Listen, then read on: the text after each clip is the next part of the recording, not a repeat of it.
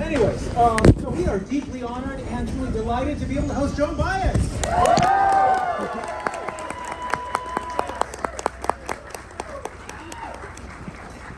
So, to be able to list her many accomplishments, I mean, we'll be here the entire evening. So, as many of you know, she is a musical force of nature. I needn't say very much more. Her contributions to American culture and music need a little introduction. She is a lifelong activist.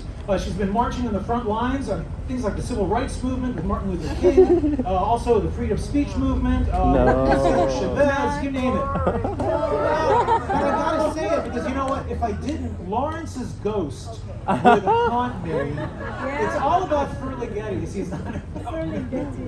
So, but the important thing is, a lot of you don't know that she is also an amazing painter. And today we are celebrating Am I Pretty When I Fly, an album of upside down drawings. Some of you already have them. Those of you who don't, we've got a raffle going, so remember, get them, give me your ticket, or give me, just get it soon, because by the end of this thing, I'm going to be kind of raffling this thing off. It's a gorgeous poster from the 70s of a gig you did at Stanford. Yeah. Anyway, What? You don't remember? So, now please correct me if I'm getting this wrong. Liberatore?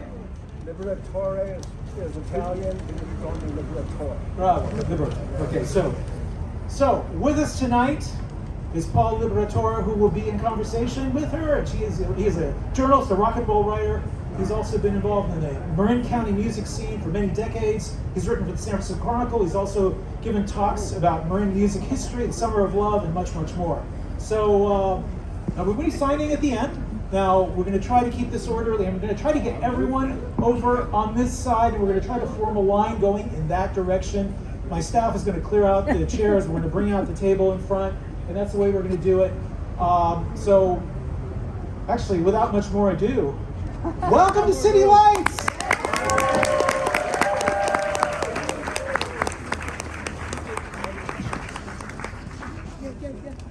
Well, welcome. So nice to see all these faces in the alley. Jack Kerouac Alley, what a trip. I've never done an interview in an alley before, but it's going to be an alley Jack Kerouac will do. Yeah. And I should probably say that, just as a preface, how Joan and I know each other, and because it's relevant to a little bit about her art, is that I was a partner of Joan's younger sister, Mimi Farina, who died in 2001. We were together for the last 4 years of her life. So, Joan and I spent quite a bit of time together before and after. And I remember the first time I saw her do one of these drawings, we were sitting at the table or somewhere, a dining room table or something, and she had her pad out. And I was looking over, kind of kibitzing, a little bit, and she was doing this really beautiful drawing, and she was doing it upside down. I thought, is she doing that upside down? Yeah, she's doing that upside down. Not only that, she was doing it with her left hand. I thought, she's doing that with her left hand upside down. Of course. That should tell you something. That should tell me something. So Joni, tell us a little bit about this process. What happens when you do this, when you make these drawings?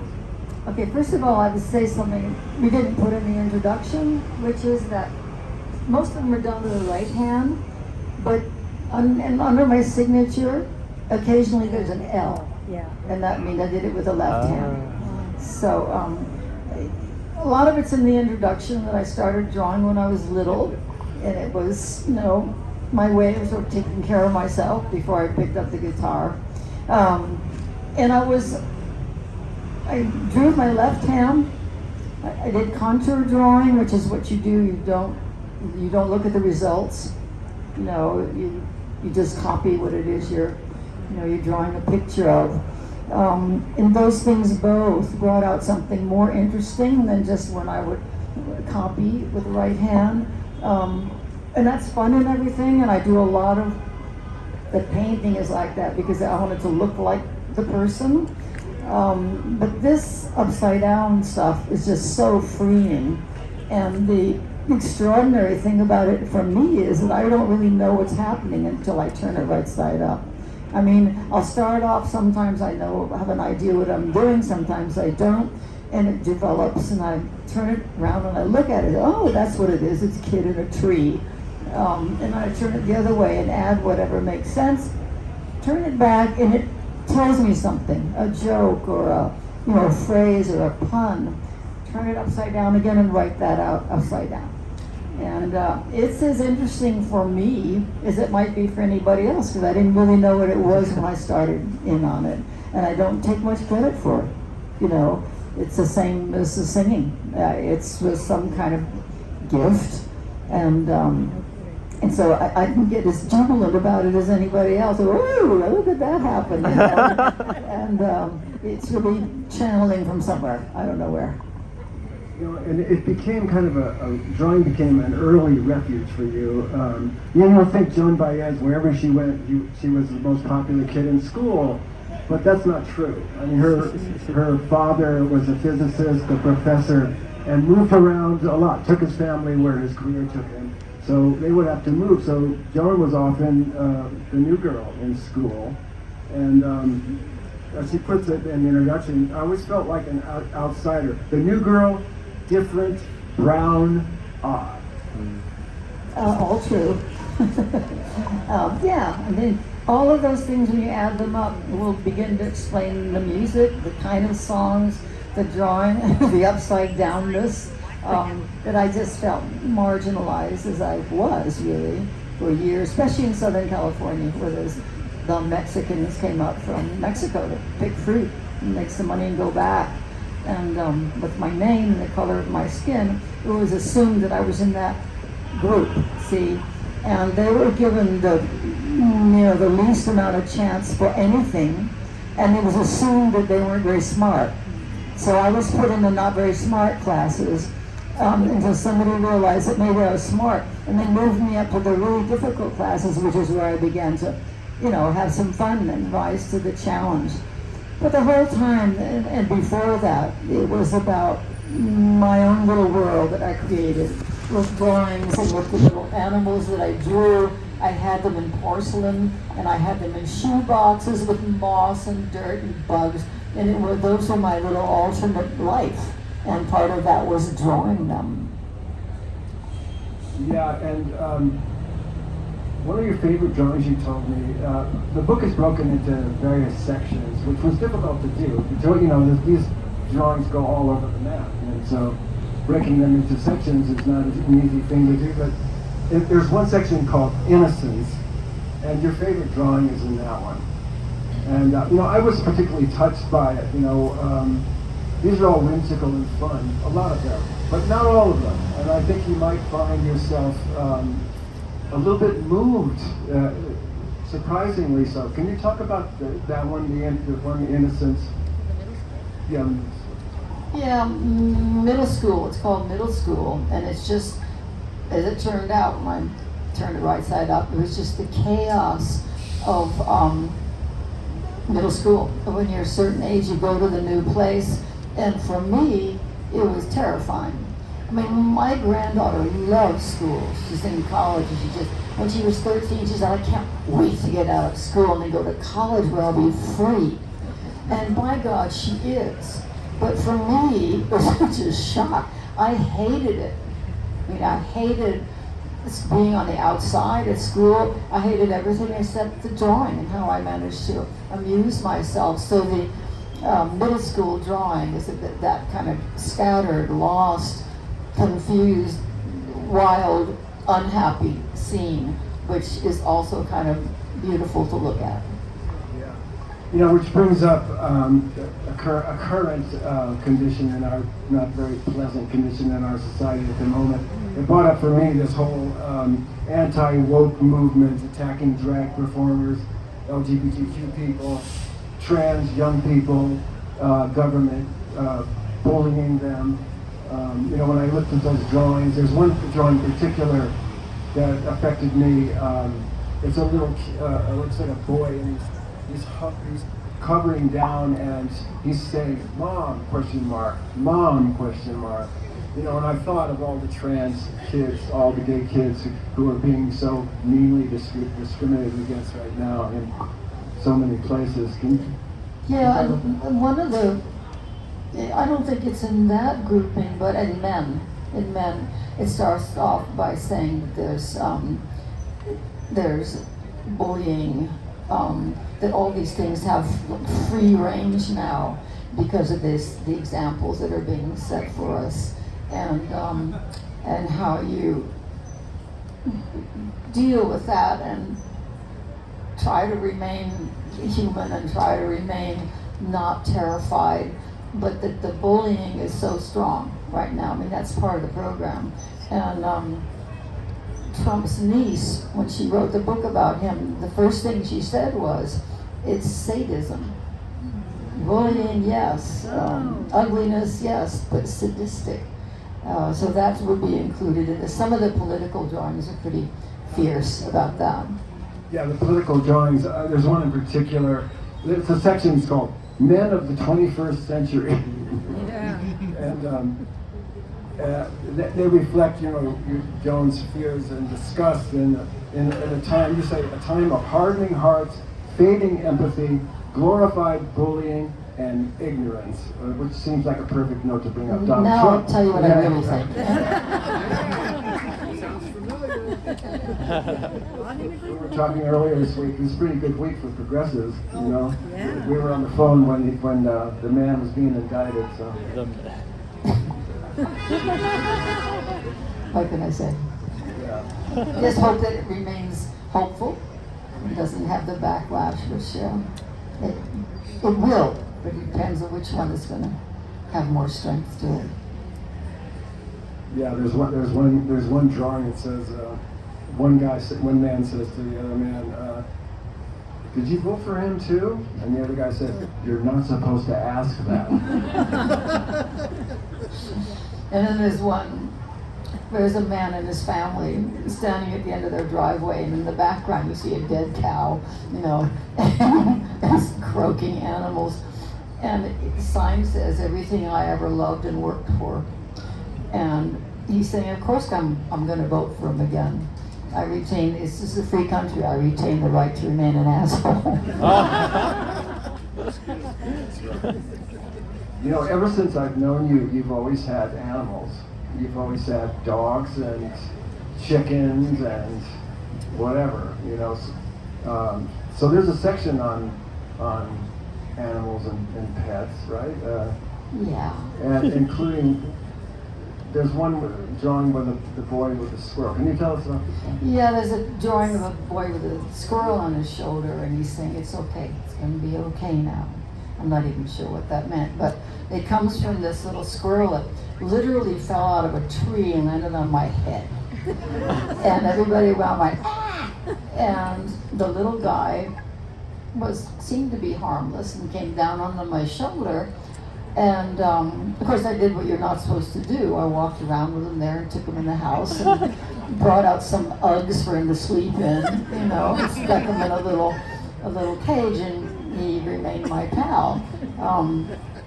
The story ends when I couldn't find him. I thought, well, I must do the right thing and take him back out into the yard. Well, it was too late, and he disappeared, and I was absolutely heartbroken. And I went up into my tree house, which is where I sleep in the summer. In between the sleeping bag and the blanket, this little guy was there. He had died, and he was curled up on that bed. And when you think about it, what? You just tell the story, well, that sounds reasonable, but it isn't, Anyway, miracle stories about animals. And as I speak, there's a chicken at home. There's two of my cohorts having to feed pills. It's a really mean chicken, and it's sick, and it'll attack the cage with claws and beak and everything. So I left. Come here. They can feed it their pills, and if it doesn't eat it out of cottage cheese chunks, and they have to shove it down its beak. Oh dear. Being in San Francisco, reminds me. There's a section in the book called Dames, and for a couple of years, Joan played Madame Zinzani in Teatro Zinzani here on New Park. A lot of people saw that, yeah. That was so great, and she was so good at it. And a lot of the drawings are these sort of haughty women, you know, that she kind of modeled her character after, wouldn't you say? Yep, Yeah. yep, yep. And you know, there's a lot of magic in it, and there's a lot of magic in what she does with these drawings and the sayings and the things that come out of her head. Can you talk a little about your experience of running off to the circus? Yeah, I ran off to the circus. What I discovered was that for 5 nights a week, for 3 hours a night, I was hanging out with gypsies and divas and gypsy music. There were violins and accordions, and there was this one magician named Voronin. Voronin was from Ukraine, and he still calls me a Contessa, because I was the Contessa. And I worked with him. You know, we'd work the house, because it was a whole big, it was a circus in the center ring, but it was a restaurant all the way around. So we would walk from table to table, and he had one thing he did with a fork. He'd put the fork in, and then the fork would start to move across the table. Every night for 4 years, I'd look at that thing, man, that is amazing, you know? And then he would also go up to somebody who was smoking and take a cigarette, put it on the table, and talk to it, and the cigarette would go like this, land on his lip, and I was just agog night after night. And he said, Contessa, I will show you how I do this. I said, no, you won't. I don't want to know at all, because all the magic would have been gone. So. You know, another thing that concerns you, and it comes out of the drawing, there's a section on environment and climate change, global warming, extinction. She covers all of those things, and you know, you pay particular attention to the songbirds, being one of the flock yourself. You know, the leader of the flock. So, can you talk about that? Yeah, one of the drawings is of a mama bird sitting in a little nest talking to her little birdies who are all hungry, and one of them has a worm hanging out of his mouth, and then the title is and one day a great silence was upon the land, and then there were no more birds, and the bird is saying to her baby, share your worm, darling, they're going extinct too, or something like that. And my practice is, and I'm not very good at it, to listen to a bird sing and totally love it and hear it and not worry the fact that the chorus is gone. It has, and we're left with really some great beauty, and you have to be here and now and not worry about what's already gone. Yeah. You know, I was a little surprised that there's no section on music in the book, considering who you are and all. But there are references to music, and one of them is what I call a Deo drawing, which, you know, kind of references Harry Belafonte. And you've had a long and loving relationship with him. Can you talk a little about your relationship with Harry Belafonte? Harry came into my life, and my mother brought in an album of Belafonte's. He was still in a Calypso period. This is the 50s.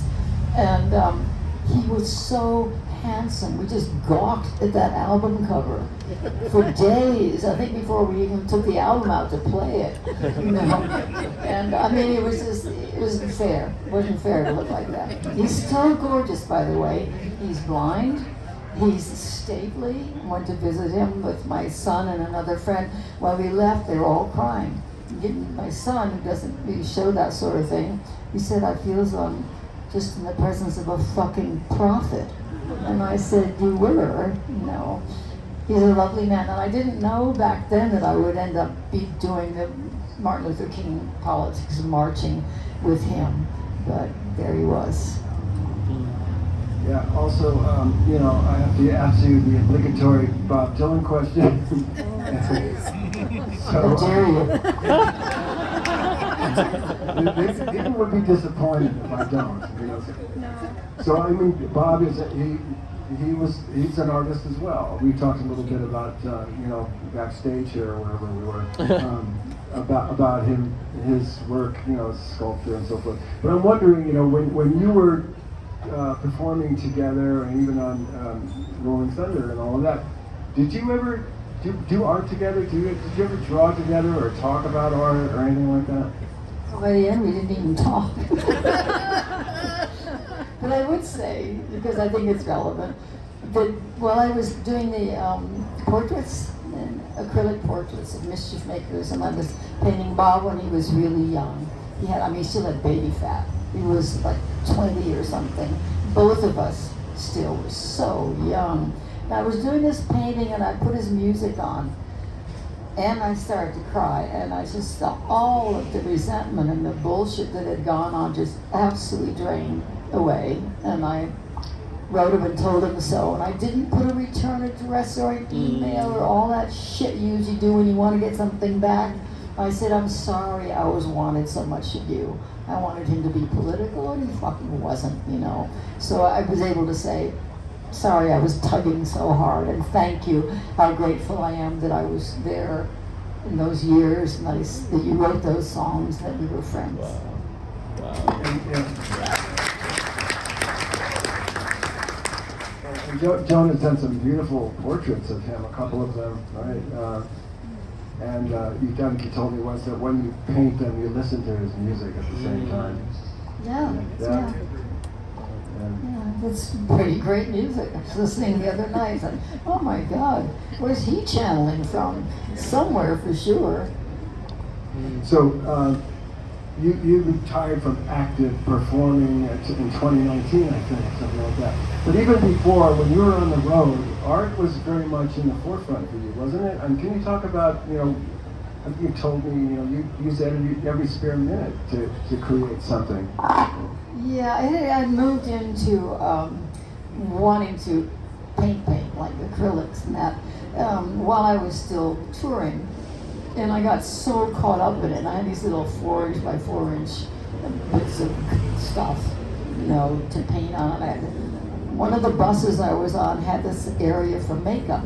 You're supposed to put hang all these bags of makeup and stuff. So I had hanging all these bags of paint.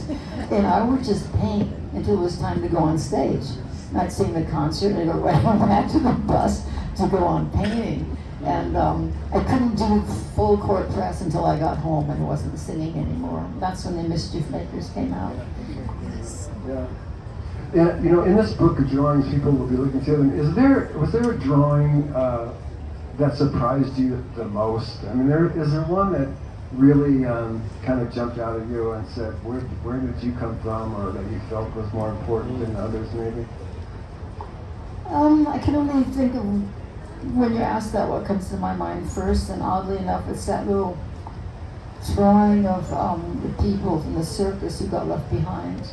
It was the clown and his horse and a lion, and he's saying, well, Leo, whatever the other names were, it looks like they left without us. Guess we'll have to start all over on our own.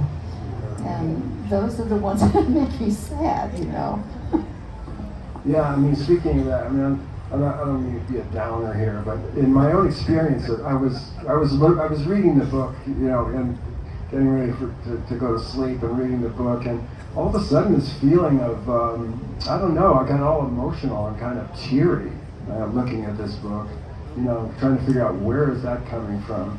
And I think there are elements of, human experience and humanity that seep through the jokes and the whimsical drawings and all of that, and the book ends in a very poignant section. Yeah, I don't know if you want to talk specifically about that, but mention names or anything, but can you talk about that? It's really about grief, right? Yeah, it's about grief. And I realized after I started it, I knew who it was about. I could tell when I turned it right side up. It was clear to me that it was about somebody I knew, and I knew that he had always loved his wife. She died. And in these series of drawings, he's trying to take a flower to her. And he goes through I think it's about five drawings. He said, I want to take this flower to my wife. And then he just crashes with grief. And he says, I don't know what happened, I haven't prayed in years. And then he says, But all of a sudden a miracle happened and flowers popped up everywhere. And then it says, I still have time to get this to my, and the last picture, he's floating up into the air, and you have to figure out what that is for yourself. Yeah. Yeah, and since you've been off the road and had more time to yourself, has art, has painting, has that filled something in you? Do you miss being up on stage? Do you miss that, or does your work in the studio, does your work as an artist, as a visual artist, does that fill that performance that you did for so many decades? You know, before I did the last tour, I had no idea. Because so many people say, oh, I'm quitting, and then boom, they're back on stage.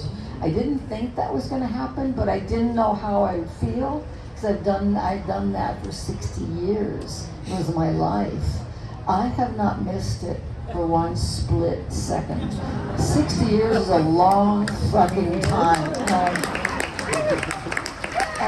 This is nice to have periodically. I enjoy this, but I do not have to have it. Plus, I'm going out doing some of these book signings and some stuff. My documentary's coming out, so I'm doing film festivals. And when I leave the house, I think, why am I feeling so lighthearted? I don't have to carry the guitar. I don't have to warm up the voice and all that stuff. Done. So it's a different kind of freedom. Yeah, well, since you mentioned the documentary, Joan is the subject of a very acclaimed documentary. It was world premiered at the Berlin Film Festival in Berlin, and it was just at South by Southwest. And it's just gotten the rave reviews, and we can go see it here. It's called I Am Noise, and it will be at 5 p.m. Tuesday, April 18th at the Castro Theater in San Francisco. Yep. We'll be there. I haven't But seen it. 100% on Rotten Tomatoes, that's what counts to me. Okay, we have a nice group here. I'm sure somebody out here has a question or two. Oh no, I'm wrong. Oh no, yeah, here we go. Right up here. This guy had it first. Who did first? This guy had it. Go ahead. Oh, James, yeah. I wanted to, sorry, excuse me? No, Yeah, go ahead. No, I did. Oh, okay.